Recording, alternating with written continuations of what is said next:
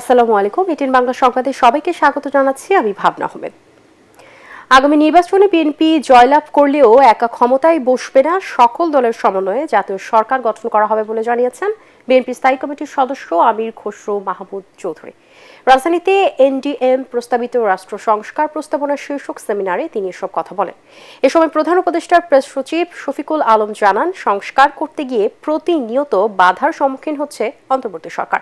তবে যথাযথ সংস্কার না করে নির্বাচন দিলে নতুন প্রজন্মের আন্দোলনকেই প্রশ্নবিদ্ধ করা হবে বলেও জানান তিনি।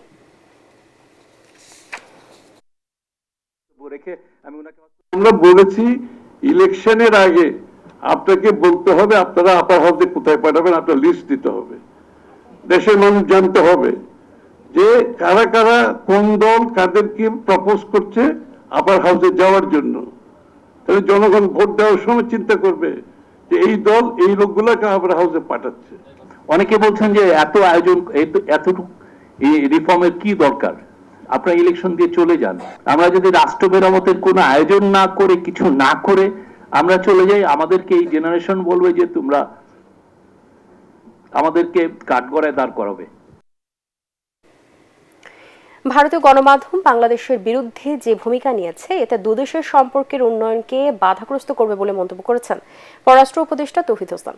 রাজধানীতে নর্থ সাউথ বিশ্ববিদ্যালয়ে আয়োজিত ভারত বাংলাদেশ সম্পর্কে প্রত্যাশা, প্রতিবন্ধকতা ও ভবিষ্যৎ শীর্ষক সেমিনারে তিনি বলেন, এটা দুই দেশের সম্পর্কের মধ্যে মোটেও শুভ ফল বয়ে আনবে না। ভারত প্রস্তাব বিস্তারের চেষ্টা করবে, এটাই স্বাভাবিক।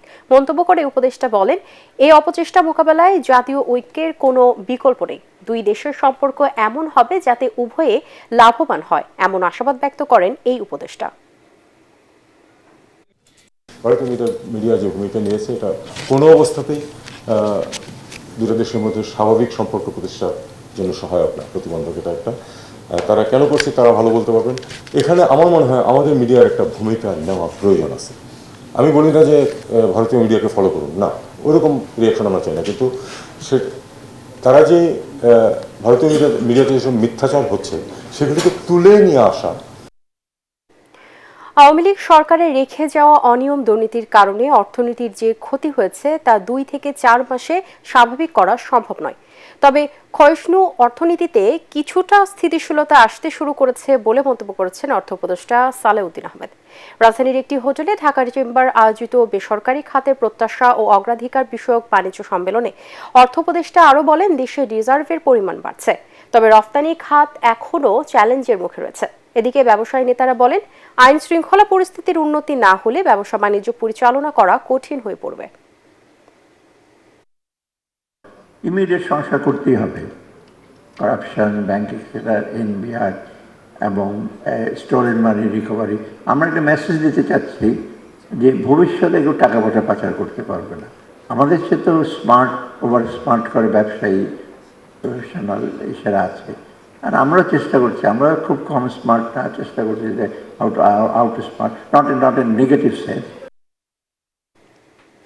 ধর্মকে ব্যবহার করে যারা সাম্প্রদায়িক সংঘাত এবং অস্থিতিশীল পরিবেশ সৃষ্টির পায়তারা করছে তাদের নিষিদ্ধের দাবি জানিয়েছেন জুলাই শহীদ স্মৃতি ফাউন্ডেশনের সাধারণ সম্পাদক সার্জিস আলম। ময়মনসিংহের ছাত্র জনতার গণ অভ্যুত্থানে শহীদ পরিবারদের আর্থিক সহায়তা প্রদান অনুষ্ঠানে তিনি এসব কথা বলেন। যে স্বপ্ন ও আকাঙ্ক্ষা নিয়ে অভ্যুত্থান সংগঠিত হয়েছে তাকে রক্ষা করার দায়িত্ব সবার বলেও মনে করেন তিনি। নগরীর টাউন হল তারেক স্মৃতি অডিটোরিয়ামে আয়োজিত অনুষ্ঠানে ময়মনসিংহ বিভাগের 55 জন শহীদ পরিবারকে আর্থিক সহায়তা দেওয়া হয়। এ সময় জুলাই শহীদ স্মৃতি ফাউন্ডেশনের প্রধান নির্বাহী মীর মাহবুবুর রহমান স্নিগ্ধ ও অতিরিক্ত বিভাগীয় কমিশনার ইউসুফ আলী সহ অন্যান্যরা উপস্থিত ছিলেন।